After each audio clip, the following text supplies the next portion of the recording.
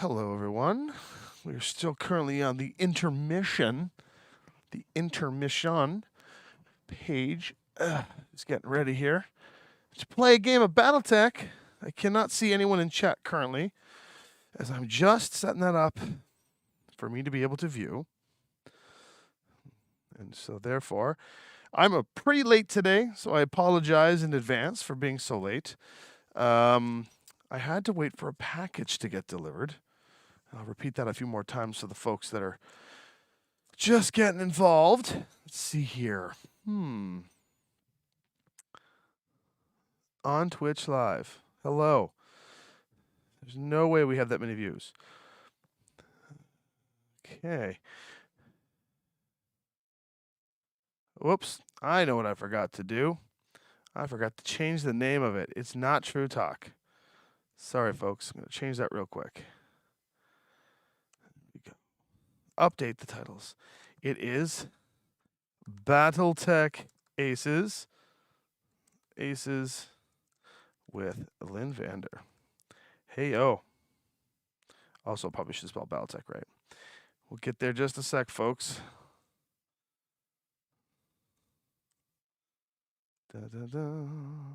Gaming. Battletech. Update all. Okay. Hello. Okay, I see a good squad here. Good group of people. So you're all here ready to go. I think what I'm going to do is... Well, that was a super noob move on my part.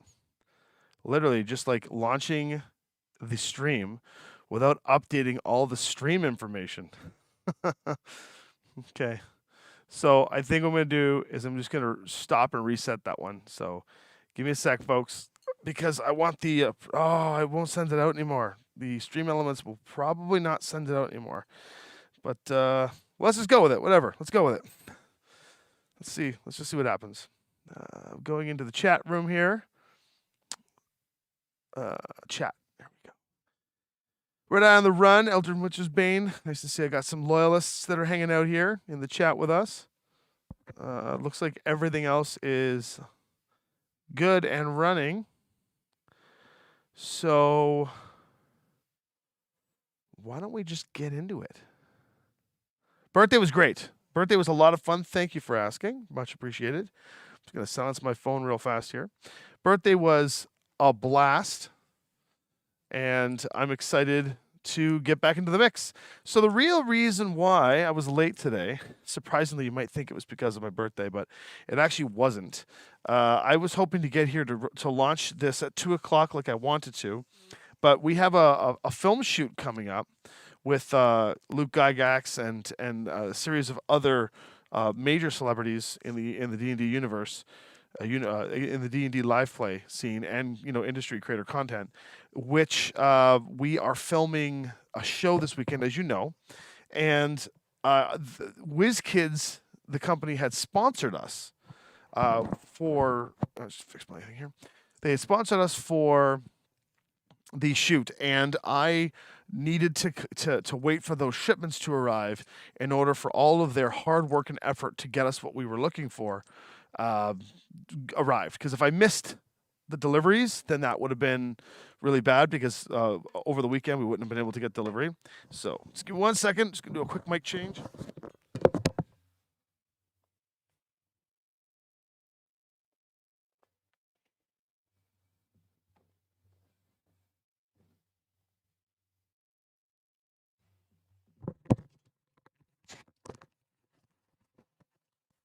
Okay, we're back.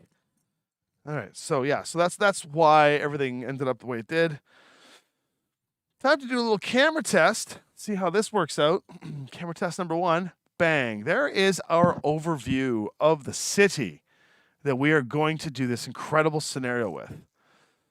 There it is there. Hello, first timer. Welcome, welcome. We are going to play Battletech. This is Alpha Strike. Apologies for those who are really into the levels up, Total Warfare or Classic and all that stuff. Alpha Strike is really all I know at the moment. I've played some Classic, but I'm not well versed enough to be able to do this on my own. That being said, there's a lot of optional rules and stuff which I'm not doing here. But I am, however, well versed in the design of Aces, which is our Lynnvander Studios working with Catalyst to release this product in 2024.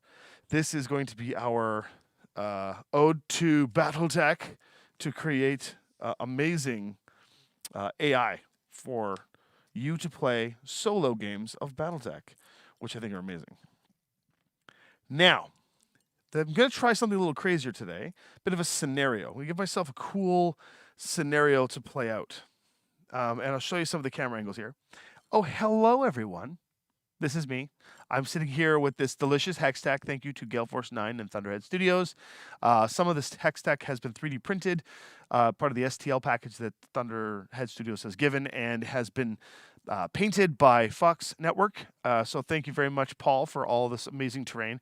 Some of this terrain was built and left here by Catalyst Game Labs themselves, and the trees, of course, are also Fox Network. So this is some of the city shot we'll use. I can see that it's framed for me, but I should probably fix it so I don't have to lean forward like this. But then we've got this point of view, which is going to give us a little more of a city shot once we get the miniatures looking in. I'm ready to Godzilla over everything, definitely. So let's get right to it, shall we? Let me explain this crazy scenario. Here we have the city. For now, we'll call it just some random city on Harrow's Sun, hanging tight, waiting for whatever. We have a very specific Timberwolf here that has been compensated or confiscated by the mercenaries and was repurposed for a Lynnvander Timberwolf mech, an early prototype Timberwolf. It is down. Its engines have failed. It is crumbled over, and the people inside it are needing extraction. But furthermore, yes, blame Joshville. This is blame Joshville. But furthermore, the individual that is in this mech, the people that are involved in this area, have very special tech inside that mech, and they need to get that tech back. And so the squad here, I have a squad of Lynnvander mechs, mercenary units that we're going to use. And again, I did not grab any dry erase markers. Give me a second while I'm talking to see if I've got nearby. The Lynnvander mechs are going in to the city to very much so try and get and extract that Timberwolf. And the way they're going to do that is that they've got, we're going to make it nice and difficult for me tonight. We're going to say we've got 4 turns. At the end of the 4th turn, if we haven't extracted, like the Lynnvander has not extracted the mech, then we fail the mission. And then the enemies, of course, are going to try and stop us. And so the AI is programmed in such a way that the AI will have to work toward stopping that from happening. Okay? And I will introduce our units for you so you know. It's a bit choppy on the screen here, it looks like, but what's weird about that is I'm not sure why it's choppy, because it looks good every other way. Yeah, it looks good. Okay, well, maybe it's just something to do with the stream. It says it's excellent. You guys ever think of changing the ammo explosion rules to something more reasonable? I mean, I'm not the aligned developer of Battletech, the game itself. I'm just working on Aces, which is the solo variant of the game. Although that's something you'll have to take up with Catalyst. The good news is that it is such a diverse game that you can probably just hack your own rules and treat ammo rules the way you'd like in the games that you play. That's how I would probably do it. Otherwise, you'll have to. But other way to do it is if you get a chance to go to conventions and run into the Catalyst folk, you can hit them up and see what they say. But that's out of my jurisdiction, unfortunately. I wish I could help, but I don't even know what rule you're asking because I'm kind of new to the game. Okay, let's get to the battle here so we can get into it. I've got, on the Lynnvander side, we've got a Pegasus Scout hover tank for 25 points hanging out. We've got an Ostel. Oh, I think you were talking a lot during the Kickstarter. If I remember, you were like really going hard on this thought. So again, this thought's going to go nowhere because I don't mean to be rude, but I really don't know how to change that at all, and I don't even know what that is. So I apologize if I'm coming across as super noob town, because I am. So and if I can bring this up to them again, I will. To the Catalyst folks, but really, this is the form for that information is probably through Catalyst themselves, line developer Ray Aristada, and yeah, I think they probably weren't answering during the Kickstarter because I don't know, but yeah, I super apologize. If it must make sense to do so, and when I encounter that, I'd love to advocate for it if I can. So, Pegasus Scout hover tank. Okay. I've also got the Ostol 5M for 35 points. I've got the Assassin 23, ASN 23 Assassin for 26 points. We have the Firefly working on our side this time around for 25 points. An Enforcer for 27 and a Firestarter for 20. For the sake of brevity, these guys are all skill 4. Oh, no problem. And listen, if I can help, I will. Any way I can. Lord Helmoir. And then on the other side, the bad guys, as we call it, are with the Atlas, an Atlas A7D, 52-pointer, a Juggernaut, and the Warhammer 7M. And those two monstrous tanks are going to be under the Brawler AI deck. Even though I don't have we haven't fully developed the Juggernaut deck yet, the Brawler is the next best thing for them. So we're going to do the Brawler deck. Then the Marauder. We have a Marauder 3R. Not so bad. Whose designated role is a sniper, and we've got the sniper deck for them. And I'm just wondering if you guys can see this stuff. And then we've got the Thunderbolt 5SE, and the Thunderbolt 5SE is a skirmisher by role, so we'll have the skirmish deck. And that's the way we're going to go with that one. So I'll pull all these guys back, and we're going to just dig right into it. We're going to go straight up with a round 1. But before I do that, I've got to shuffle up these decks and deal out the cards for the AI. Wow, okay. I'm already off to a bang. Thunderbolt. Let's see here. Thunderbolt's card is going to be dealt. Okay. And then the Marauder. Let's shuffle up this Marauder and go with there. Marauder there. Ooh, Marauder's moving at the end. Okay. Party time. So as you can see here, we've got the Thunderbolt. For those of you who cannot see too clearly on the smaller screen, Thunderbolt here, a Marauder C there. We've got the the Warhammer over there, and behind it is the Giant Atlas. And their cards are all laid out on this side. We've got this Timberwolf down here that we have to get to. The Timberwolf is strategically, for the scenario, placed on the enemy's side of the map, so we have to cross over faster. A lot of my guys are letter mechs. Just to let you know who they are here, we've got the Ostol here. The Assassin is over here. We've got an Enforcer painted with a shinier blue. And we have the Firefly painted there. We have the Pegasus tank here. And the Firestarter is here. And lastly, no, that's it. We got them all. Okay, so those characters are all where they need to be. And now we will put this down as round 1. Right dead center there for you guys to see. You know what? We'll use an easier die to read. Round 1. I've got 4 rounds. At the end of the 4th round, I have to have extracted that piece and get back to my side of the road here to win. So we got to get in there and get out. Here's how we're going to do it. Initiative. Red dice. And everything nice. I'm going to grab a dice tray. There we go. Something for everyone to see. Okay. And we're going to roll red dice and everything nice. Make sure I've got everything here. All right. So the enemy team, red dice, they roll a 10. That's not good. And then I'm going to roll for the Lynnvander squad a 6. So right off the get-go, I've lost initiative to myself. That's just great. They've got 4 mechs, and I've got 6 mechs. So I'm going to move 1 mech, and then they're going to move 1 mech, and we're going to eventually get down to me moving 2. But I've got to move first. Okay, let's take a look here. Pegasus hover tank's got 16, and it can get right in there, but it'll get obliterated. But we do want to start goading these people in. The assassin can jump, so at least the assassin can jump into position. Now, one of my mechs that is extracting, the rule I've created here, has to shut down. It has to basically go under the equivalency of a shutdown mechanic to extract. We have to make base-to-base contact, or basically miniature contact, and it has to elect to shut down for the round to extract the information. It will not be able to fire or participate in the combat. It will be literally a sitting duck. So I'm going to want to put something with some armor there to see if it can soak it. Or I'm going to have to goad the guys out and try and ping and take the AI out enough to get someone in there to make it work. To be honest, I think the Pegasus hover tank is my closest ally to make this go. So the Enforcer got a 10 jump, a 12 jump on the Firestarter, an 8 jump on the Firefly, a 14 jump on the Assassin. My God, I chose like an entire jump squad. I've got nothing on, and the enemy team only has the Thunderbolt that can jump. Damn. This is going to be intense.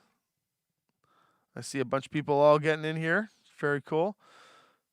Appreciate all of your support, guys. If you get a chance to, please subscribe to the channel, YouTube-wise. Would love to continue to grow this Battletech scenario build-out, and I promise you fairly soon we will have we will have other role decks put together, and I'm just testing out these rule scenarios now. Okay. The last thing I'm going to say is that when one of my mechs decides to shut down to extract the data for that round, that mech will have considered to be active the entire time, so that the AI will focus on it more. So basically, as soon as a mech tries to try and take the data, the other mechs are going to then start to do more arrogant actions to take it out. So let's see what we got here. That's me. All right. So first things first, let's begin with moving one of my guys. I'm going to move something to goad. So let's move the Pegasus hover tank and get that thing tucked away. Now the hover tank, I'm just going to go back to the wide here. Now the hover tank can go 16 and get me somewhere into the city real quick. So the hover tank, I'm going to move that hover tank literally tucked away behind here. Nice and tucked. And that's a move, so it's a ground move. So we'll put white marker there. And that's one of my activations. Now, over here on the other side, we're going to follow the numbers from lowest to highest. And ironically, the 4 cards that I laid out on the table are actually in order from lowest to highest. The Atlas D goes on 135. And I flip the card over and give it a read. And it says, if first and lost initiative, which it hasn't. So it is going to move ground movement. If the lowest health enemy is further than 24, move toward the lowest health enemy. I happen to have a lot of low health enemies. The Pegasus tank is 5 with his armor included. The Assassin has 5 with its armor included. This is not good. But the lowest one that moved is the Pegasus, and so it is going to move. It gets as close as it can to within 24, and it is not within 24, so it is going to take a 6-inch move to ward, and then it's also going to be the fewest enemies in line of sight, into cover woods from most enemies, and toward the nearest enemy.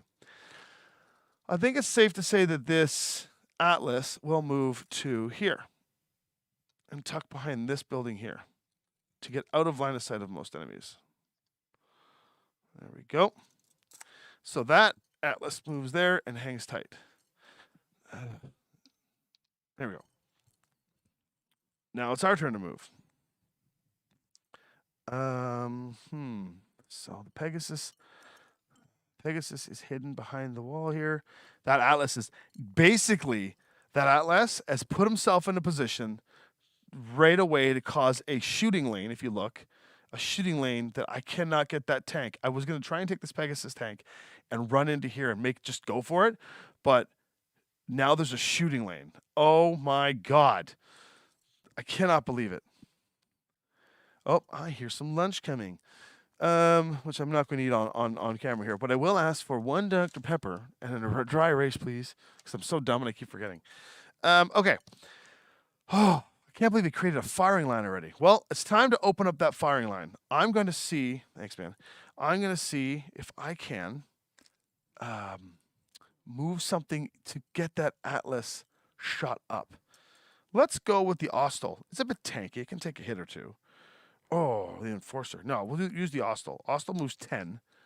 Ostel's right here. And let's move the Ostel right up to here. There. Ostel's hidden there. Okay. Ostel's gone. Now they get to go. So the next one is the Warhammer 7M. Okay, Warhammer 7M. All right, here we go.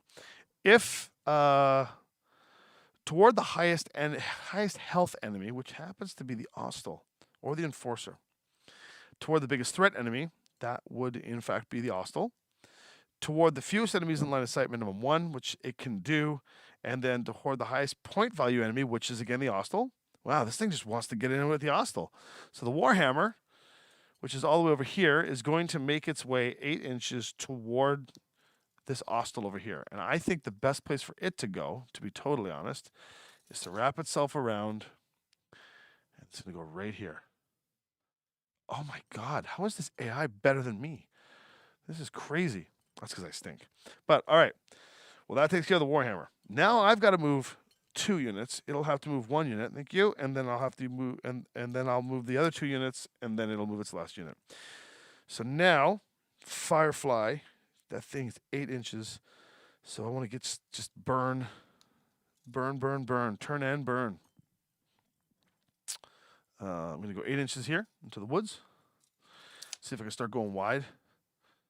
Firefly's done. I must do another one. Enforcer. Enforcer's 10 jump. Enforcer's going to ground move into here. It's like no shooting this round. This is not good. Enforcer goes here. And now they get to go. The next on its list is the Thunderbolt. And the Thunderbolt wants to ground unit toward the furthest enemy it can get behind, which is none. Jump toward the highest enemy. Or toward the furthest enemy. Into woods cover from most enemies and into least line of sight toward the fewest enemies. So since it wants to jump, it is going to jump 8. And it looks like it wants to jump into the woods over here. Because it wants to get close to the enemies. This is going to be a really tough one. Thunderbolt jumps toward the furthest enemy, which would be this guy. So it is, yeah. So it would be my, although if it's the one that's moved, it would definitely be, no, it would be the assassin probably. Okay. And now I get to move my last 2 guys. So now I'm going to move the assassin 14, which is a good move. I'm going to go around the woods here. Yep, 14. So the assassin is going to literally just go right here and hide out there. Ooh, can I get line of sight? If I can get line of sight, I'm going to take it. I would say that this building is blocking it. Okay, so no line of sight there. Can it get line? No. It doesn't know where it's going to end up yet. But all right, we'll leave the assassin there. The assassin is left there hidden. Keep him hidden for now. And the last one is the Firestarter, which moves 12 jump if it wants to, but I don't want to do that. I instead just want to move it.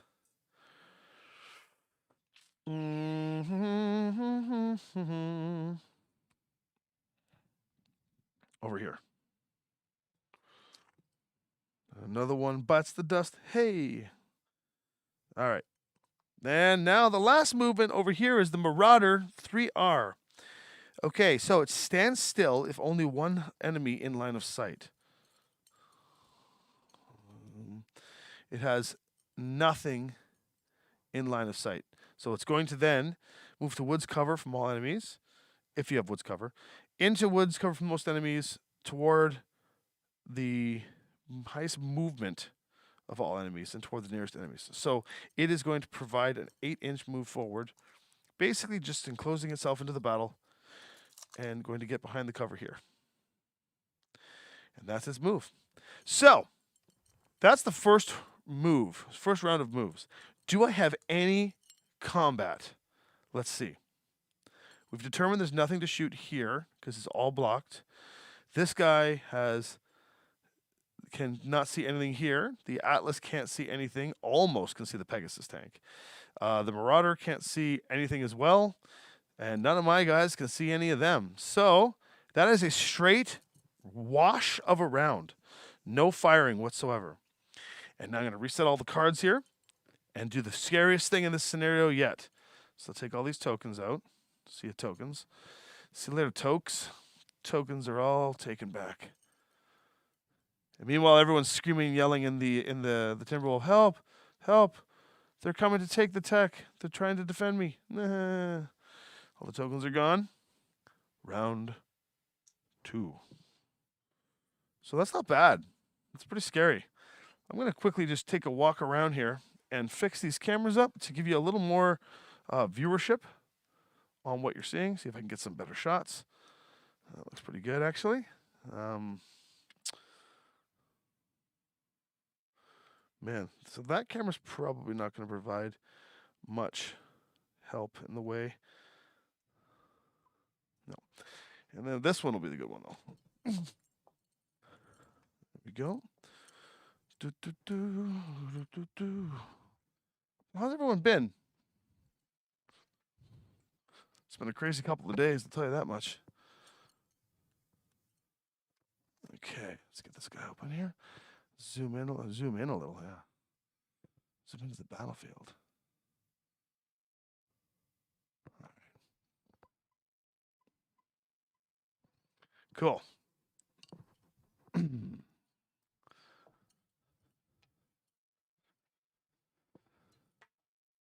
I'm not sure why the top-down one is choppy. It's interesting that camera's choppy. When everything else on my end looks like it's smooth. Yeah, it's smooth on my end. Let's see if it looks like on Twitch.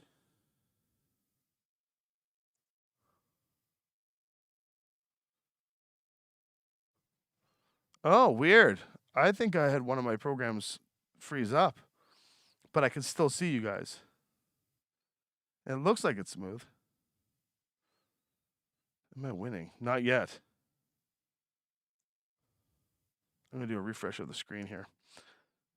I wasn't even seeing you guys in chat. That's how weird that was. Okay. Test that guy out. Let's see here. Good to see a Big Red. All right, round 2. Here I am for round 2. Just to give you a little report on this one, all of my mercenary mechs who are trying to rescue this Timberwolf's data, mechanical information. Oh, your image is perfect. Okay, good. It's probably just my computer being weird. Thank you for that, by the way, Mark. I appreciate that. All of my guys are hidden in the city. Very, very compact city, by the way. I wanted to do a really tight visual terrain kind of piece. Thank you to Devin for building this out, and Sarah. So they're all hidden. All my guys, as you can see, are hidden here. Let me go to another view and see what happens here. Okay. All of my guys are like hidden behind here. You can see the Pegasus is here, and then the Assassin's there, and got the fire. And then over here, these guys are all kind of tucking into this what looks like it's going to be this like weird road cataclysm like blast zone here. And I don't know how we're gonna. I just don't know how we're gonna extract. I think what we're gonna have to do is goad them past, and then get past them somehow, and get them from behind. But we'll see what happens next. Whoop, that's the wrong one. There we go. Rock and roll. Okay, so initiative time. First things first, gonna take these cards away and redeal the cards for the AI. So we're gonna go 1. Just box the deck. Whoops. 1, 2, and then brawler. 3, 4. Ooh, this is gonna be a weird round. I'll let you know the time in a second. The timing is wild. Initiative. So the enemies roll a whopping 6, which is pretty good, and I rolled a whopping 6. It's a 6 off, so we'll roll again. The red dice are the enemy. They got a 5, and we got a 5. Really? You got to be kidding me. Let's go. I got a 6, and they got a 9. They win again. Son of guns. So that means I have to move a mech. Oh, God. Okay, I got a goad. I've got a goad. So the best way to goad at this point is to take I'm going to take the Firefly, and it's going to move 10. 10, 10, 10, 10, 10, 10, 10, 10, 10, 10, 10, 10, 10, 10, 10, 10. Yeah. Firefly is going to go right here. Get some cover. Try and get a shot off if anything tries to get in there. And the Firefly will hold its ground there. The next, that's the Firefly, and now they get to make a move. The lowest on the chart this time round is the Thunderbolt, which is wild. Because last time it was the Atlas that went off. So the Thunderbolt's going to go off. And the Thunderbolt says, if first, which it is not, by losing initiative, it goes to 18 inches from the nearest enemy. Now, I think the Thunderbolt is already 18 inches from the nearest enemy, including the one that moved. So it will go into woods cover from most enemies, into the line of sight of the lowest TMM enemy, which currently is the Firefly, because the TMM is 2. Into the line of sight of the nearest enemy within 24, and toward the nearest enemy. So, 18 inches from the nearest enemy. It wants to move back. There really is. It doesn't want. Yeah. It is literally wants to take out this. It wants to take out the Firefly. So this thing's going to move. And it's ground movement 8. So it's going to move 8, and will just take up a position. Oop. Sorry, the Thunderbolt will take up position right behind this building, trying its best to get a shot on the Firefly, which it does. And the Firefly, the way I put that Firefly, there is no cover I can claim. I should have put him up one more. Oh, man. Thunderbolt is there. Oh, my God. What a noob. So Thunderbolt hangs out there and is basically going to try and take out my Firefly. Just like that. Well done. Over on my side now that the Thunderbolt is there, I might be able to get something off on it. Let's try and move the Firestarter, 12. If the Firestarter does what I think it can do. Man, the Firestarter could jump. No, it's got the Marauder. Let's check this out, guys. I take this laser. I love these laser pointers, by the way. There's a nice clean shot right there. If I can move them to the right spot. Okay, so the Firestarter has medium range. It wants to get close. Dang. I'm not moving the Firestarter. Not yet. I will instead move the Assassin. No, I want him at the end. The Ostel. Let's get that Ostel in there. 10 inches. I think the Ostel wants to try and get a shot off. I want to take this Thunderbolt out. This is round 2. The Ostel's got 10. Yeah, that's what I'm going to do. So the Ostel's going to go 10 right behind this tree. Pop out behind that tree. And as you can see, he gets a nice clean shot on that Thunderbolt. Yeah, 2 can play at this game, tough guy. Let's take him out, sir. These are Army Painter laser pointers. Awesome for this kind of game.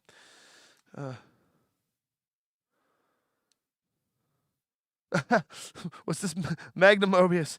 In March, I'd be like, Tommy who? And now my email lights up with Twitch notifications, and I'm like, yay, Tommy's on. Oh, you guys are amazing. Thanks, man. I'm really hoping that I can pick up the pace on these games and get a little bit better. I had my birthday yesterday, and I got a little bit lit. Had a few drinks. Oh, Big Red, you cheered. Thank you for that cheer. That's very appreciative of you. I didn't see that. I'm using a program that lets me see the multiple streams that are on, and because I'm going from multiple networks. And so I don't get to see when people sub and stuff. So I will check from time to time when people donate and things. But thank you. I really appreciate that. So the just to get back into the game here, that was the Ostel that went, and it is gone now. Now they get to go again. And the next thing on their list is the Warhammer. Hangover versus Aces. That is pretty much what's happening right now. I'm pretty good. I'm really hungry. Devin brought me a sub. It's behind me. I don't want to be chewing on stream. So I'm going to finish this battle out, and then I'm going to enjoy the victory sub if I can win this fight, which doesn't look like it's going to happen right now. The Warhammer. Let's see. Let's read its AI here. Jump. Okay, it would like to jump, but since it doesn't have jump jets, it will be ground movement into woods cover from most enemies toward the highest health enemy, which would be the Ostel. Ground movement toward the lowest movement value enemy, which actually is the Ostel. Crazy.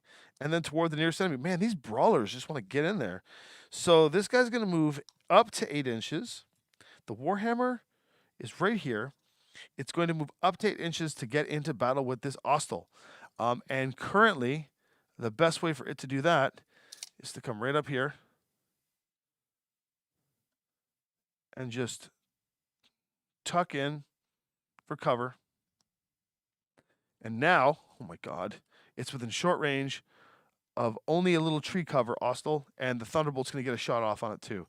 I think that Ostel's dead this turn. Something tells me that that's what's going to happen here. Okay, now I have to move 2 units. So the best thing for me to now is to consider, okay, strategy time. I've got 2 more rounds to get this thing out, and I need a full round shutdown. So technically, if I'm going to make a move, I've got to make a move now. But these 2 guys have got to move still. So I'm going to do this correctly. All right. Oh, my God. Okay, here's what we're doing. Firestarter's going to go next. It's got a 12 jump. Firestarter's like, I got this, boys.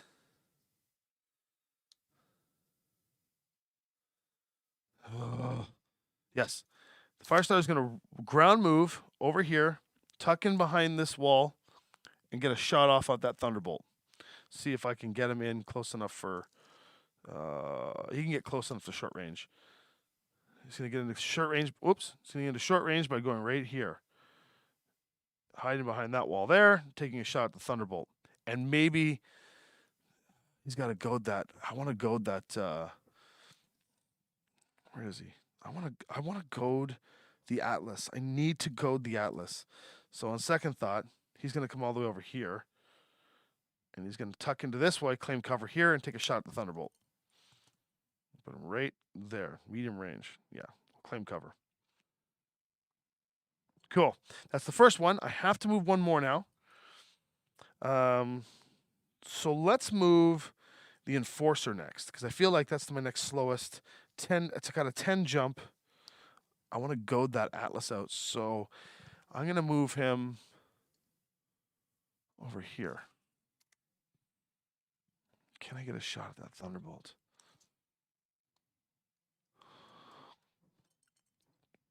Yeah, this is a tough one.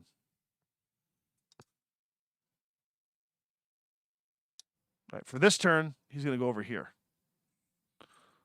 Tuck in there. There's Enforcer.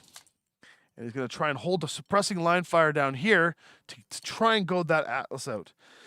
Next on the turn is the Marauder. The Atlas, very strategically, the Atlas is going at the end, which is really scary if you think about it. And again, for those of you just joining in, I apologize for taking so long. WizKids have sponsored our channel for our D&D shoot that we've got coming up this weekend. So they sent us a whole lot of Warlock tiles and stuff, and I had to wait at my cafe for the shipment to arrive today, so we had it in time for let's see here. Oh, I did it again, folks. There we go. So WizKids sponsored the channel, which is amazing, by the way. And thank you, WizKids. Just like Thunderhead and Gale Force 9. So Gale Force 9 sponsored the channel, and that's where I got all this delicious-looking hex tech from, which is delicious-looking, as you can see. And we're shooting a big D&D shoot this weekend, and so it's not going to be streamed. It's going to be like a pre-recorded show that we then launch on our YouTube on Wednesdays. We got Luke Gygax coming and stuff, and they sponsored the channel, so I had to wait for the shipment. I had no other options, which is why the Friday 2 o'clock stream was pushed to like Friday at like 6. So I apologize for that, everyone. All right, back to the battle. The Marauder the Marauder 3R. It wants to go ground movement toward most enemies in line of sight.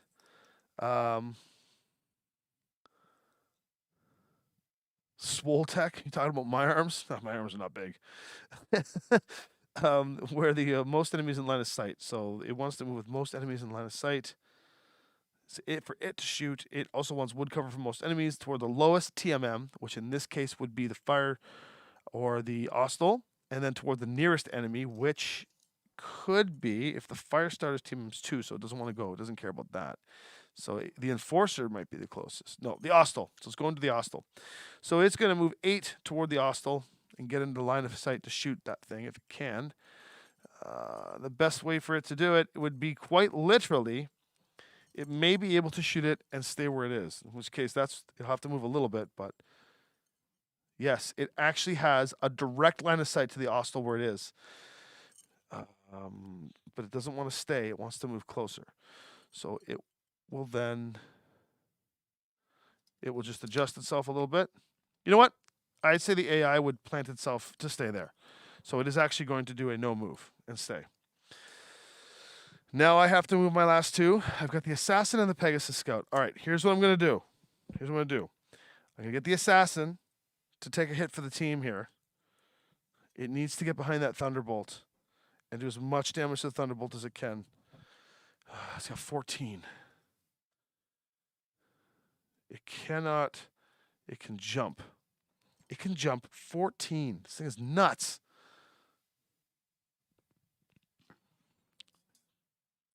Can I get behind?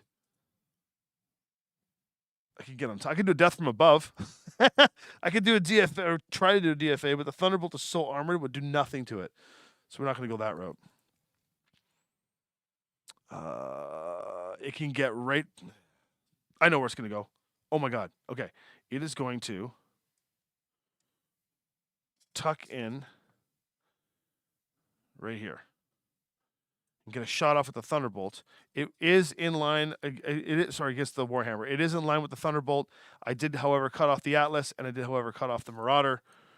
So one shot for one shot's fine. It can handle it. Assassin is kind of gross, but it's only going to take 3 damage. It can survive. And then the Pegasus hover tank. Wait. Yeah, it's fine. And then the Pegasus hover tank is going to go 16 real quick. I just screwed myself. Oh. No. Damn it. Oh, I'm so angry I did that because now I blocked myself. The Ostol or I went in the Assassin to go and I'm so bloodthirsty on this Thunderbolt that I didn't leave enough cover space for my I was going to get the Pegasus to go in and shut down. That Atlas is still going to move. This is so bad. Okay, well, I got to do what I got to do. I made the decision. So I'm going to make that decision and live with it. And so the Pegasus, I got 1 round to do this. No, I'm doing it. I'm going in. I have to extract. Squeeze him right in here. So that Thunderbolt can take a shot at him. The Atlas can move up if it wants. I'm going to move right up. That's it. I'm doing it. Base to base. There he goes. Blackhawk down. Okay. So, always with the Pegasus. That's right. And then the last thing is this Atlas at 798. Let's see here. Atlas says here, stationary if no enemies within 12 and at least 1 enemy in line of sight with TMM 1 or less. Well, we have enemies that are within 12, but it can't see or shoot any of those enemies. So it's not going to stay because there's no target for it currently. It cannot actually shoot anything where it is. So it is now going to move ground into woods cover from most enemies toward the biggest threat. And now we've determined that as soon as this mech gets in contact, its priority changes to the biggest threat. So now it wants to go toward this Pegasus tank. And it's going to diffuse enemies within line of sight toward the nearest enemy. So I'm going to move it. It's 6 because it's a big, heavy tank. And it wants to move right here within fewest line of sight. So it would probably... Oh, man, it's going to crush this tank. Yep. This actually is the fewest line of sight for most enemies, I believe. Let me check. It can definitely crush the Pegasus. It can shoot this little guy. It can't see or be shot by literally anything else. Stupid AI. This AI is going to rock me. Again. This Pegasus, I have to whiff. This Pegasus is like everything. I have to whiff. And that is the end of that. So, oh, I forgot to put a token here. It is time to fire. Okay, human targets have to fire first again in the AI. That's how it works. So here's what we're going to do. The little Pegasus has to shut down, so it doesn't get the fire. So it just declares no firing. Wait, shutdown is at the beginning of the turn, correct? Well, I'm going to mod this rule. It just cannot fire. So the Pegasus is spending its combat spotting or downloading the information to try and get the hell out. The assassin is going to shoot the back of the Warhammer. Sorry, he's supposed to be tucked in a little bit further there. He's going to shoot the back of the Warhammer. Let's just do that shot. All right, here we go. All right, I got these dice, Paul. It's got to make it work. Into the back of the Warhammer we go. The skill is 4. We are short range. The TMM for the Warhammer is 1. That's 5. And the Warhammer will get cover from that building, so that's 6. So 6 is what I need. 4, 5, 6 to be able to pop. Oh man, it wants to be at 2. It's to pop 2 damage into the back of this stupid thing. So there's a 10, so that hits. And it only pops 2 damage. 1 for short range and 1 for... it's really, really sad. That's a big waste of time. So 2 armor gets chipped off the Warhammer. Warhammer's like, whatever, no problem. That's the assassin firing. The Firefly, however, let's shoot the Firefly now. What do we got for shots here? Ostel could take the Warhammer out. Firefly can shoot the Thunderbolt and nothing else. The Enforcer can shoot literally nothing, because that's bad placing on my part. This little guy here, which is the Firestarter, which is that medium range for 1 damage, can shoot the Thunderbolt straight up. Sorry, the Warhammer straight up. All right, so let's do the Firefly first into the Thunderbolt. So the Firefly has a skill 4, range 2, 5, 6.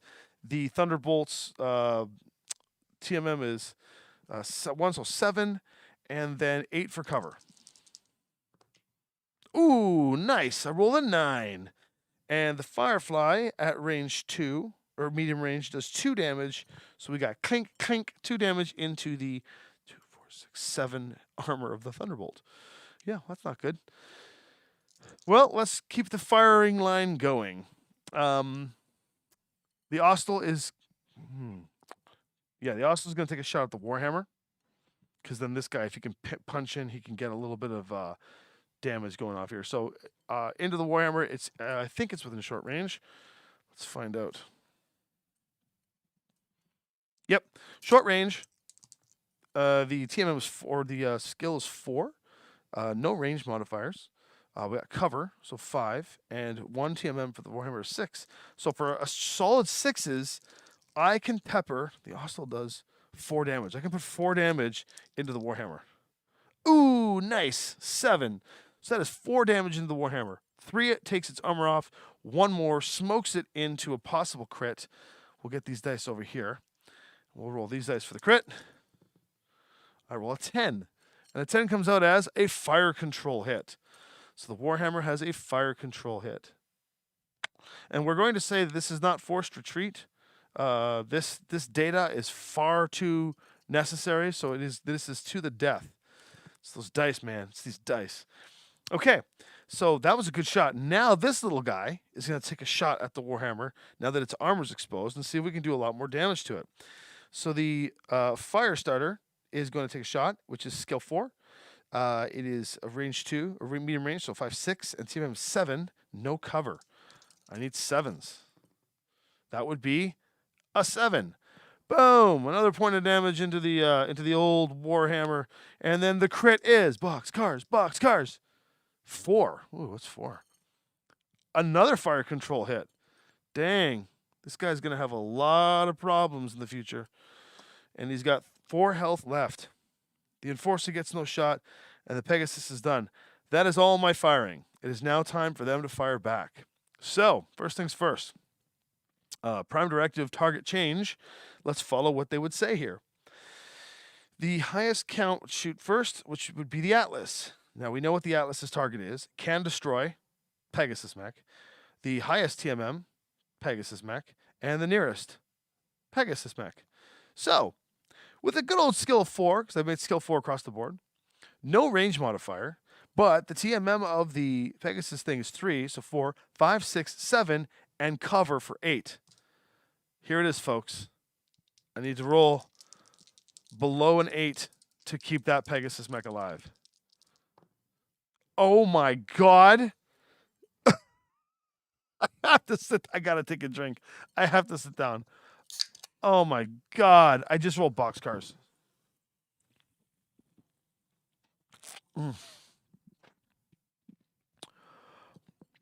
So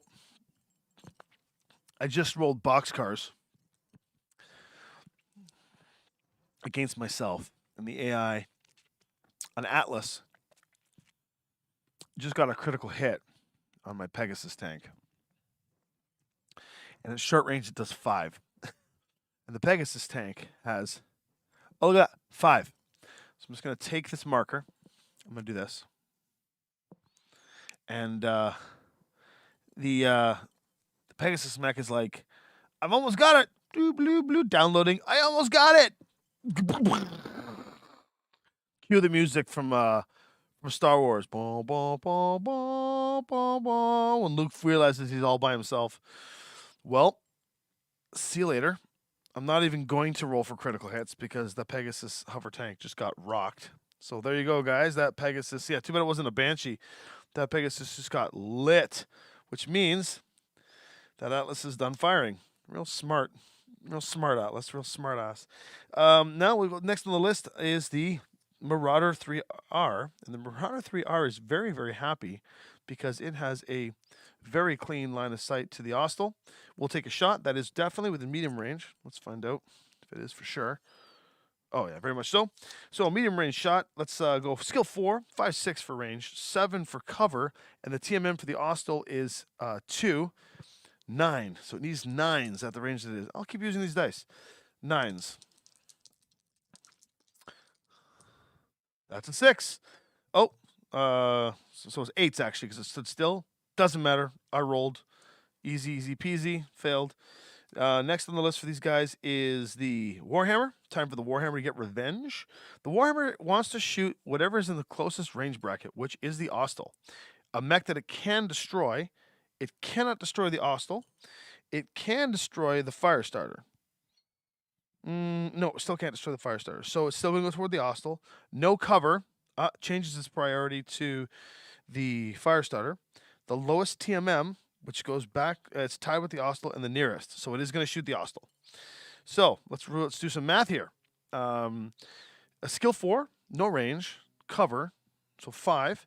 And the Ostel's TMM is 2, so 7s.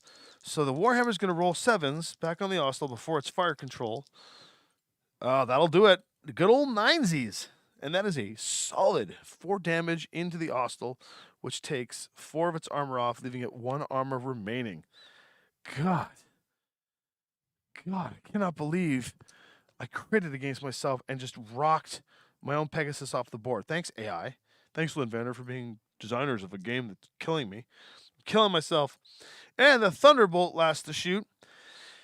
It wants to go to the lowest TMM target. I believe the Assassin is TMM 3 and is not the lowest, but in range or in line of sight, the Ostel's 2, the Firestarter is 2.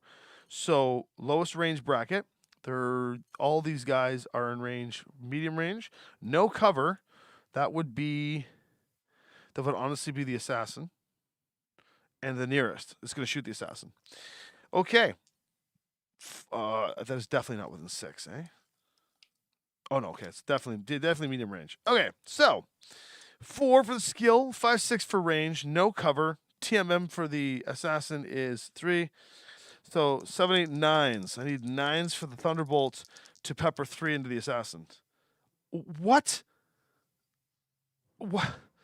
What? I just did it again. I literally just rolled boxcars again. Oh my god. All right. 2-0, Tom. 0-2. Well, the Thunderbolt only does 3, which would be 1, 2 armor and 1 into the hull. That's insane. So 1 into the hull. So I'm going to roll for 2 crits. Crit number 1 is a 6, which is a weapon hit. Because that's what the. Oh, sorry, that's not the hostile. Yeah, so it's the assassin. That's what the assassin needs, is a weapon hit. So the good news is the assassin can only do 1 damage at medium range. And the second crit is a 7, which I believe is an MP hit. Oh. So now its movement value has been reduced. So now it has 1. It has 2 health left. 2 health left. Eat it. So now I'm going to take these decks, put it aside. And, you know, I even made this like point value thing sort of in my favor a little. lay the new deck out, or the new cards out for the guys here. All right. Okay. My God. Clear off all the tokens. Everything is fired. I don't know what you guys think, but that was a slaughter. At least that Warhammer's kind of written off a little bit. I got to get in there. This is round 3. I've got to the end of round 4 to get that guy across the border. So no matter what happens this round, guys, I have to extract it. So it's bloodbath. It's a bloodbath. The sergeant's like, get the hell in there. It's a bloodbath. It's like, you've got to get this back at all costs. All right, here we go. The red is for the enemy. The gold is for Lynnvander. Oh, that is a 7 and a 7. It's a roll off again. A 7. It's a cocked die. And a snake eyes for me. So I lost initiative yet again. Oh, boy. Okay, first things first. I got to get something in here. I lost initiative. That's great. That's great. So good. The assassin needs to get to medium range to do anything. So the assassin. You know what? The assassin's a size 2. The Warhammer has 4 health. I guess I can't really kill it. So, all right, the assassin is going to be the one to move. It needs to get within a decent range to be able to do anything to anybody. So, can it jump? Yeah, it can. Assassin's jumping up here. It's going to just basically soak shots from people and hope to God that it messes up movement. Next on the list over here, according to this list here, the fastest mech to move is the Atlas. It wants to move first, which in a way makes sense. It wants to move to woods cover from most enemies, toward the lowest TMM enemy, into the line of sight, most enemies, toward the highest point value, which would be the Ostel, I believe, and toward the nearest enemy, which is, in this case, it is an equal distance between most of them, but it wants the Ostel. So it is going to move 6 inches, basically stopping.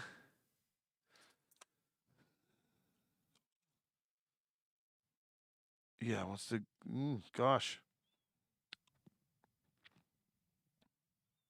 It wants to go where the Warhammer is, really. Out of line of sight from most enemies.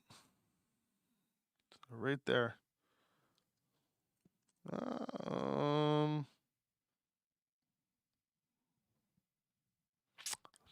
This is a tough one. Let me recalculate this one again. So, just to give this a read, this is actually a tough one. Toward the lowest TMM enemy, in the way that this works right now, I think it means it does want to go toward the assassin, because the assassin is the only thing that's moved. However, it wants to go toward the fewest enemies in line of sight, toward the nearest point value enemy, toward the nearest enemy. So maybe its proper thing to do is to just tuck in like this. It does the old tuck in between these two. It has line of sight here, it has line of sight there. That's where it wants to go. And it is in between the walls and got cover from both of these buildings. So that's where the Atlas is going. My turn to move. Firefly. I've got to try. I have to try. It's got 4 armor. The Atlas does 5. I need something that can soak. It's the Enforcer. The Enforcer moves 10. Can the Enforcer get there? Yes, it can. All right, guys. The Enforcer is running up base to base. and it's going to take a shot at it. It's going to try, and it's going to try very hard to survive a hit from the Atlas. That's the Enforcer. 3 left. They get to go next. That would be the Thunderbolt. Thunderbolt's target is it wants to jump toward the lowest TMM enemy, which is the Enforcer, toward the biggest threat. At this point, it's the Enforcer. Plus, it has triggered the special rule toward the fewest enemies in line of sight and toward the nearest enemy is its jump effect. So it wants to jump 8. So it wants to jump.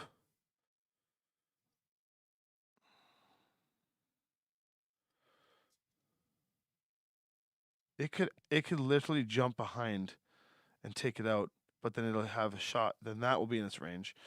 So then it might jump. Let's see here. Toward the biggest threat, which is that there. Toward the fewest enemies in line of sight. All right. Actually, it wants to do this. Doesn't really need to jump there, though, so we're going to declare that a move. Because the AI would declare a move down. Within 6. There we go. Thunderbolt goes there, declares cover. Yep, that's 2 things that are going to try and kill it. That's not good at all. Back to me. I get to move 1. 2. I get to move 2 now. No, I move 1 and then 2. That would be the Firestarter next. Let's get that Firestarter in here. Firestarter is not going to move. It wants to be at range, short range. Firefly time. You know what? Firefly is also going to run up. I'm not going to shoot anything this round. And is going to base-to-base contact here. And it is also going to shut down. I'm going to 2-for-1 it. I'm going to see if they can't kill me enough to make this work. Fools. Next on the list, Warhammer. Ground move it to the most enemies in line of sight. Yeah, that's definitely going to, no problem here. It wants to get the woods cover toward the lowest TMM enemy, toward the lowest enemy. I think that this Warhammer is literally just going to turn around and pop, lock, and drop these guys. So it moves a total of 8. So it is going to go like this. No. Damn. 8. Here. Woods cover from most enemies. It's got a shot right there. Sadly, that is not a good position for me to be in.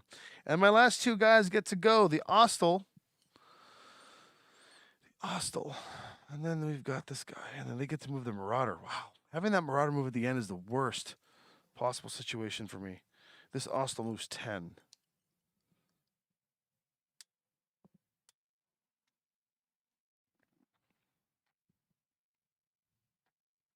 That Thunderbolt's got to die. Thunderbolt has got. We have to take that Thunderbolt out. The Ostel wants to be can be in short range. It wants to get right into the face. Short range from there is here. All right, Ostel doesn't care. It wants to. You know what? Ostel's going to sacrifice itself. It wants this to happen. There we go. It's within short range of the thunder. There we go. Ostel's going to go there because he might be able to soak shots from the Thunderbolt if it can destroy, because can destroy is one of the AI that can happen. And then the last thing is the Firestarter, Twisted Firestarter. It is moving 12 on a jump. 12 on a jump. 12 on jump. Where do I want to put this guy? He's never taken the Atlas down. But we do have a chance to take the Thunderbolt down. So 12 on the jump. He's going to run into the woods, into the back side of this guy, and try and take him out. All right, this freaking bloodbath here, guys. It's a bloodbath. And the last but not least, the Marauder goes, because I can't seem to win initiative. Stand still if no enemies within 12 and at least 1 enemy in line of sight. Well, this is within 12 and in line of sight. Otherwise, it is going to take a ground movement into the line of sight into line of sight to enemy with lowest health. That is a question. Firestarter has 6. Ostel has technically 4 left. Assassin has 1, and it can kill the assassin if it wants. Woods cover. So this is within 12, so it's going to move. If no enemy within 12 and at least 1 enemy in line of sight. So it wants to move toward the lowest health enemy, which is what this is. So technically, it's going to go. It might even just go back to back and shoot this guy out. Oh, man. It can totally go this way. It has 8.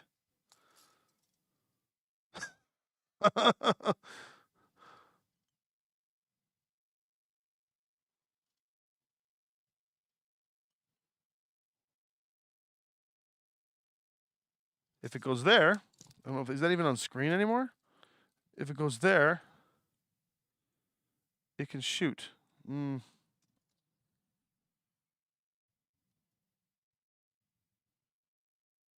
Yeah, it can shoot.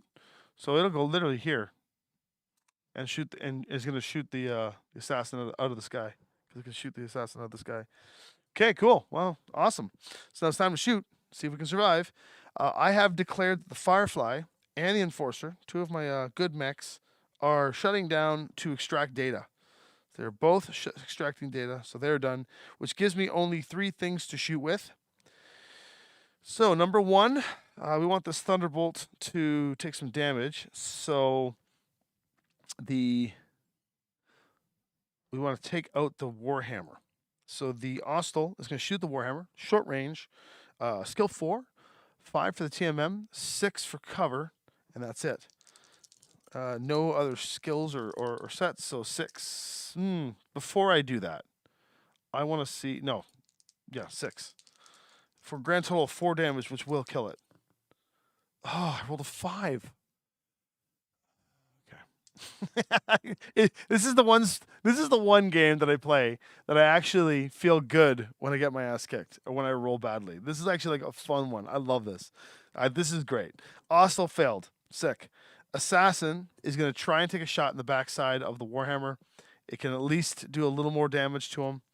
Unfortunately, it's got a bunch of crap it has to deal with, including weapons hits. So it is currently shooting at. Oh, its movement value has been detained a bit. Ooh. I didn't know that. So actually, it won't. Yeah, that changes a few things. Well, we'll let it go. It's going to take a shot. So 4, 5, 6 for range, no cover, 7 for the TMM. So it needs 7s to hit the backside of that Warhammer. Oh, a 3. No, good. That missed anyway. And then the last thing is the Firestarter popping into the back of the Thunderbolt. Firestarter's 4, 5, 5 for the TMM, 6 for cover, and that's a 9. So that pops. Firestarter pops. Short range, 2 damage into the back, plus 1, so 3 damage into the back of the Thunderbolt, which the Thunderbolt laughs and still has at least 2 armor to deal with. So that didn't work. Now it's their turn to go. Highest order of combat first. The Marauder is going to take a shot. It wants to hit the lowest health enemy. The only targeted, actually, I think. No, it can shoot here. So it wants the lowest health enemy, which is the assassin, and the lowest range bracket, which is the assassin, and the nearest, which is the assassin. So it's going to take the assassin out from the sky.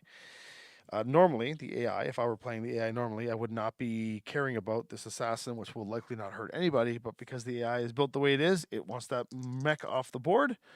So it's going to take a shot at 4, 5, 6 for range, a 7, 8 for the jump, and there's a TMM 9. So I need 10s. Oh, look at that! Look at that! I rolled 10.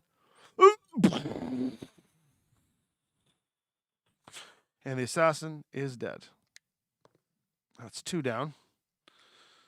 I'll just put, you know what I'll do? Let's put these guys up here. Assassin is toast.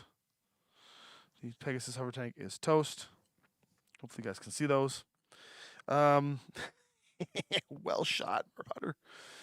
Next on the shooting list is the Warhammer. So the Warhammer, which has survived this battle, wants to go the lowest range band, which is of course, this here, can destroy, can't destroy the fire. So 1, 2, 3, 4, 5. It cannot destroy either the fire starter or the firefly, so that doesn't matter. Lowest TMM, which would be they're both the same. No cover, which would be the firefly. So it's shooting the firefly. And of course, the Warhammer's a 4, no range increments, no cover, and 2 for the thing. So we need 6s. 6s on the Firefly. There is a solid 8, which means the Warhammer does a grandiose total of 4. Okay, so doesn't what's this have? Oh, fire control was hit. +2 TN each. Target number. Ooh, so it actually needs 8s, which it got. Doesn't matter. So it got its 8s. That's great. That means it's dealing 4 damage into the side of the Firefly, which is all of its armor, giving me 1 health left. Let's see if it can survive. Next on the shooting list is the Thunderbolt. The Thunderbolt wants to know what it can destroy. Well, it can destroy the Firefly. It also, the highest threat, the Firefly. And that's it. So it's just got no cover, the Firefly. Okay, straight up. Here we go. Thunderbolt, 4. 5, 6. It needs 6s. It got it. There goes the Firefly. I think I've lost this, folks. Unless that Enforcer can actually get out and survive. The last thing to shoot is the Atlas. Now the Atlas is going to take a shot. Now the Atlas is in short range. It wants to target the thing it can destroy. It can deal 5 damage to the Enforcer. It cannot destroy the Enforcer, but it is really the only shot it has. Technically, it can shoot the Ostel. But we already determined that its target priority is separate. It can destroy the Ostel. But the highest health enemy it wants to shoot, which is actually going to be the Enforcer, the lowest TMM, which is the Enforcer, and nearest. Okay, so it is nearest to the so it's shooting the Enforcer. Enforcer does not declare cover, so it is 6 inches away. So it's 4, and the TMM for the Enforcer is 2, so 6s. So this Atlas has to roll 6s to take me out, and that's a solid 10, which means that the Warhammer just put 5 damage into the Enforcer, wiping it clean of its armor. Okay, the good news is, the bad news is that I'm getting rocked horribly. And I have like next to no mechs left. In fact, I've only got 2 mechs left. I've got 3 mechs left. I got the Firestarter, the Enforcer, and the Ostel. That's the real bad news. The good news is the turn is finished, and the Enforcer, with no armor left and 2 health, has the stuff. And so by the end of this round, the Enforcer has to get back across this road, which I think it can do, because it can jump 10. So it can do it, but it has to survive the end of the round. So it's going to have to jump to complete safety.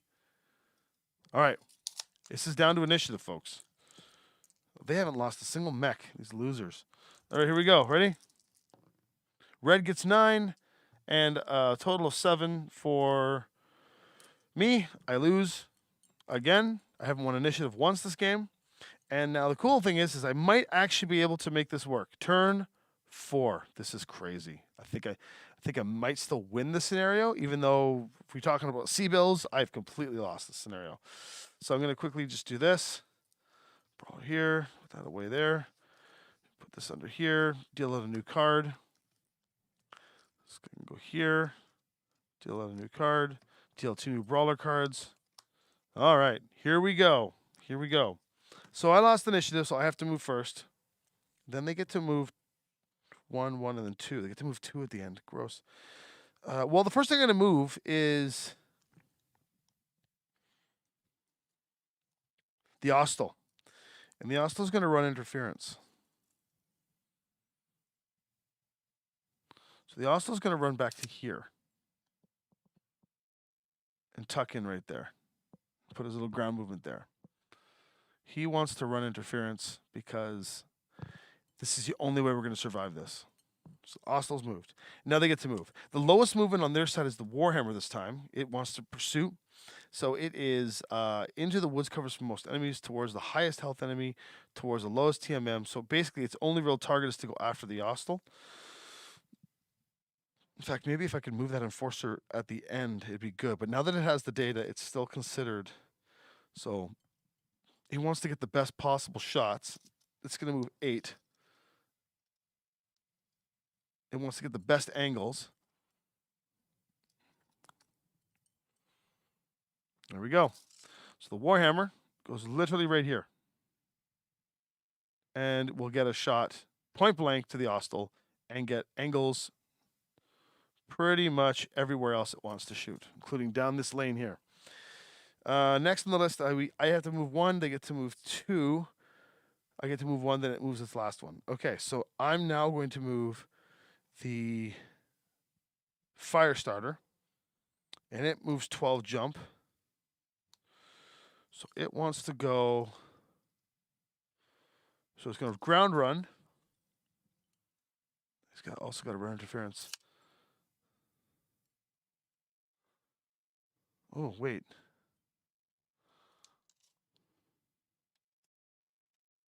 Yeah. Bam. We'll jump. Right behind the Warhammer. Take one out along the way. And now they get to move next. The next on the list is the Marauder. The Marauder wants to go to ground. It wants to move toward cover from most enemies, toward the line of sight, the enemy with the lowest health, which would definitely be the target here, and toward the fewest enemies in line of sight. So it basically is going to move 8 into range, back here again, to try and get shots off on whatever it can get. Okay. And then I get one more from this side to move. That would definitely be the Atlas.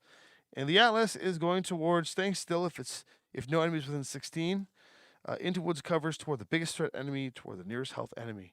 I think it's right call for this guy.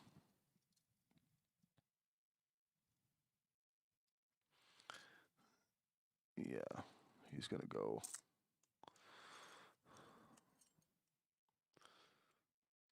Right here. Get angles down here, gets angles down here, he gets angles down here. He's going to get all these angles. He's going to get all this crazy angle coverage. And he also can blow the crap out of the firefly. So he can shoot the Ostel if he wants. He's still in cover. You can shoot all down here. You can cover this whole lane. Wow, he's got every lane covered. And that's the Atlas. Now I get to move my last guy, which is the Enforcer. The Enforcer's got a 10 jump. I have to get him across. I have to get him across. But where can I get him where I don't get any line of sight? Right here. Would be no line of sight, but the Thunderbolt is my Achilles heel right now. I need to outplay this Thunderbolt.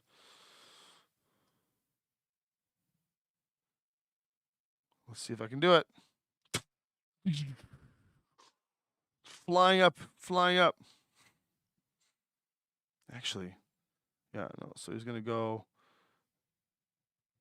He has to cross the road to win the objective. So that's where it goes. And is protected from them. It's protected from the Marauder. And that's where it goes. So it is across the road. So its currently objective is winning, provided that this Thunderbolt's AI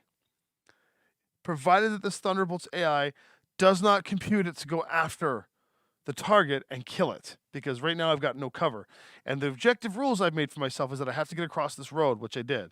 If I parked them behind here, I would be safe from everything, but I wouldn't have technically completed the objective. So I've got to get across this road. So if I had one more turn, I would duck, hide, and then fire through the woods. So here we go. You know what? Let me go back for a second. Because no, then the Thunderbolt gets me. I go up over here. I can get, no, Thunderbolt will still get me through the trees. And I don't want that. No, okay, cool. I stay there. Okay, ready? Thunderbolt. Jump, which it can do. Oh, I forgot I could jump. Shoot. If the lowest health enemy has not yet moved into woods cover from most enemies, so it doesn't count, toward the lowest health enemy, which is my target, toward the, okay, and okay, so it is going to go toward the furthest enemy, which ironically is exactly what it needs to go after. And it does an 8 jump to do so, which means, there it is. He's like, where do you think you're going, tough guy? As he jumps up and gets a beautiful. He would even have got a shot off if I had hidden. He gets a perfect shot on this knight. Oh, God. All right, here we go.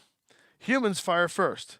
Enforcer is like, well, I got to do what I got to do. Am I right? He's only got 2 armor left, and I can do 2 damage max.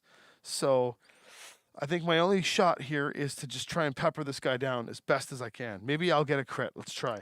So the Enforcer, skill 4, range 5, 6, 7 for jump, 8. Thunderbolt, 8. That's right. So we're on 8s. Oh, I half that, 4. So bam. Okay, done. Missed. Firestarter takes a shot right into the back of the Thunderbolt. That is a 4. Skill 5, 6 because it jumped, and 7 for the Thunderbolt's TMM. Sorry, the Warhammer's TMM. And I'm going to drop 3 damage into his back if I can. That is a 6. That is not enough. That's right. 4, 5, 6 for jumping, and 7. Yeah, 7. Missed by 1. Crap. And then the Ostel's final departing shot will just take the Warhammer out as well. And its shot will be a skill 4. 5 for cover, 6 for the Warhammer's TMM. So 6. That is a 7. So that puts a solid 4 damage into the Warhammer. And ladies and gentlemen, that is the Warhammer. 4 more damage to it. It dies, but it gets a shot back. So we'll do that shot first. All my firing is complete. Enemy's turn on firing. We go from the highest to lowest at this point in reverse order. That would be the Thunderbolt shoots. So, for the decider of the game, everyone, the Thunderbolt will go to shoot what it can destroy. That means it can shoot that mech there. The lowest health, it is shooting the target. Range band, it could shoot the Ostel if it wants. No cover, shoots the target. The nearest. Technically, it would shoot the Ostel, but we did say that the rule was that when they get the data, they become target prime. It is shooting the target prime. If I make this roll, then I lose the game. If I fail this roll, then I win the game. That is how tight this AI has made it. And by winning, I win because this little tiny Enforcer just ditches into the woods and gets fair escape rules, while the rest of his companions get blown to smithereens here in the Blackhawk. This is what Blackhawk Down really is, right? Like they all went in to save these 2 pilots and they ended up all getting killed. Spoiler alert. So the Thunderbolt has a skill of 4. It jumped 5, 6. There's 2 things that jumped here. So how does this work here? Is it 4? Range is medium, so 5, 6. 7 for jumping. Its TMM is higher, so 8, 9. And because it jumped, so it's 10. So I need 10s, correct? I think that's what I need. So 10s. So if this is a 10, I lose the game. Odds are pretty good, actually. It might be 9. I'm not sure. Let's just see how close I am. It's a 9. It's a 9. Hold on. Oh, okay, let's calculate this. When 2 mechs jump, does anybody know how to play this? When 2 mechs jump, I've never encountered this one. Do both their TMMs go up? Because I know I get a +1 for jumping, right? So it's like, okay, so 4, range, 5, 6. It jumped, so 7. The TMM of the thing of the Enforcer is 9. And it's currently 9. If the jump modifier on the Enforcer counts, then I win. If the jump modifier doesn't count because of the 2 jump counters, then I lose. And I'm going to sit down and wait until I talk to someone who knows what they're doing, because I want to know whether I win by this sweet, sweet technicality. Drum roll. What happens? Tell me.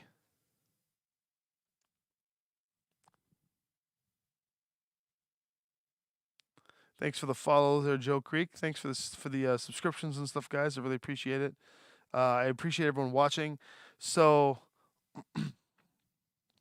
it's true. We have an anime battle going on right now. Oh God. So tell me, does anybody know? I'm pretty sure it's a 10. Says LTD Train. I know if two mechs jump, yeah, yeah, a jumping mech attacks, it gets +2 attack rolls. So +2. So yeah. So in which case, then the Thunderbolt would be 4, 5, 6, 7, 8, and then the TMM would make it 10. Correct. So the Enforcer would be 10. TMM +1, ladies and gentlemen, friends, fellow mech warriors out there. The Thunderbolt, then, if it is in fact calculated the way you were all saying it is, then the Thunderbolt needed at least a 10 to score. And I rolled a 9, which means that my Enforcer is going to escape, and I win the game by technicalities. I win by technicality. Oh, thank you very much, Red Eye. Thank you, Lorcan. Thank you, LTD Train. Thank you, everybody. I actually won. That's great. Look at that. I got 9, and I just got it. So what that means, this guy's like, and he just turns and he runs away. He runs his piggy little legs. And I'm going to put him up here as the MVP. That was lovely painted by Wayne and the Fox Network. You guys are amazing. Wow. That was, holy smutch-oly. Let's see what this frame looks like here. I have to, like, put this guy right here, front and center for Victory March. Where is he? I'm going to put him right here. He's hiding behind trees. Come on, get into the limelight, winner. You won. Oh, there he is. My little Enforcer. But just for posterity, let's finish off the round. I've technically won the game, but let's finish off the round here. Because let's see how much of my mechs get smoked. So the Thunderbolt, which here's what's funny. If that wasn't the objective, that roll would have hit the Ostal and killed it. So he would have actually took another one of the mechs out, which is crazy. So the Thunderbolt failed its shot. Suck a foo. Next on its list will be the Atlas. The Atlas is going to, what can it destroy? It can definitely destroy the Firestarter because it is shooting it from behind, which is 6 damage. So it's going to take a shot. So 4 on the Atlas. 5, 6 for the TMM with the Firestarter. No cover. Oh, that's an 8. Look at that. So we now, as the Firestarter is hearing through the radio, we got away. It's been extracted. I'm really bad at this. The Firestarter's like, hurrah! Pieces of dust fly everywhere as the Warhammer keels over, causing some significant seabell damage to the enemy. And the Warhammer has been destroyed as well. But the Warhammer gets its shot off. So the Warhammer is going to shoot the Ostal. As the Warhammer is tipping over, it takes its shot at 4 skill. Ostal is 5, 6 on the TMN, 7 for, declared cover, 7. And the, boom, 10. 10 damage, and the Warhammer puts 4. And the Ostal only has 1 armor and 3 health remaining. So, as the Enforcer is escaping, the Firestarter gets obliterated by the Atlas. As the Warhammer starts to go down, it hits the ground, takes a parting shot at the Ostal. Kaboom! Takes the Ostal out, and the Ostal crumbles and falls. And the mech warriors lay in their cockpits, bleeding, fire all around them. And all they can hear on the crackling radio is, we got away. We got it. And the Enforcer's like, anybody alive? Is anybody alive? Hello? And then he realizes he downloaded the wrong program. Well, I don't know if you want to call that a victory or not, because, I mean, technically, if this were like an objective thing that we just did, I just got the objective. Like, I just won. I just won. Did I? Like, it's one of those things in war. It's like, did you win? Did you really win? I mean, I just I just won. Did I really? So that is that. The enforcer with nothing but 2 health left. That's, I mean, if you can calculate the points of that, the enforcer left with nothing but 2 health. The Warhammer, however, died, which is nice. The Thunderbolt had 2 armor left, and the Atlas and the Marauder remained completely untouched. So that is a heck of a scenario. Gets back to base, discovers that they downloaded the 32-bit version and they needed the 64. No, no. But he made it. So that was an example of a little fun scenario. The AI moderately tweaked as we played. Now the way this would work in regular, you guys can see me okay.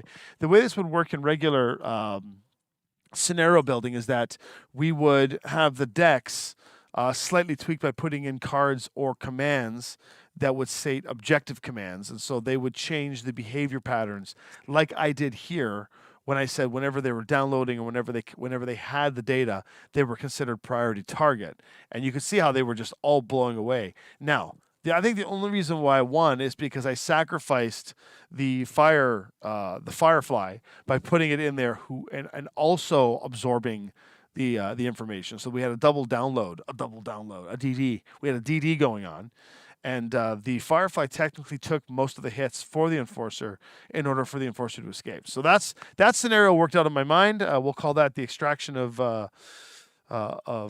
Doom, whatever that was. We'll figure out a cool name for that. Yeah, so that is another night of Aces. So thank you for. I'm really sorry for coming on so late, but I appreciate everyone watching. In the future, if you guys would like, let me know if you think that this time frame works for you guys, or if a little bit later is better for you, because I wouldn't mind going a little bit later on some of the Fridays that we play. 2 o'clock seems to be just a bit of a rough run for some people, but this was an entertaining game. I really enjoyed. Yeah, I really enjoyed this. Let's go back to the overhead view. Yeah, it's UK time, so a little bit earlier is nice, right, for the UK folks. But I mean, it's a great way to just see what people think and kind of go from there. But I'm really glad you guys watched. Hopefully, thank you for the people that did all the did some bit support and all that stuff. Thank you, Big Red 40, for that. Much appreciated, my friend. Yeah, I really love having you guys here. I love trying this out. I got some more mechs coming. I know that Josh has painted a whole bunch. I think next time round, I'm going to, hopefully I can get a good Lynnvander together and keep changing it up. I'm going to change up the mechs a little bit further. Thanks so much to, we're going to go back to here. I just want to say thank you so much to Gale Force 9 for sponsoring us with this delicious, really heavy, really sturdy, amazing terrain, a Hextech terrain. Thank you. I also want to say thank you to Fox Network for painting for these minis that are yours that you're letting us use, painting the minis that are mine for me. Thank you for painting all of this terrain by Thunderhead Studios. Thank you to Catalyst Game Labs for giving us the opportunity to design Aces and touch base with an amazing new community that Lynnvander is really excited about being a part of. Thank you for everything, and thank you guys so much for watching and supporting the channel. It means a lot to me to know that there is a blue ocean of amazing growth for this channel with Battletech, and I'm going to hope to make it more and more entertaining for you as we watch the show, as we do these things. Have more people come play with me and stuff. I'm solo alone. I'm all alone and no one to play Battletech with, which is why we designed Aces, so that if you are alone and you can't play Battletech, you can. And that is what makes it fun for everyone. So once again, thank you guys so much for everything. I'm going to go eat that sub that I can smell. That I'm very hungry, ready to eat, because I haven't eaten since last night to help soak up the alcohol. So Revenge of the 5th is complete now. May the 4th be with you from yesterday. And we will see you soon. All right. Oh, go back to intermission. There we go.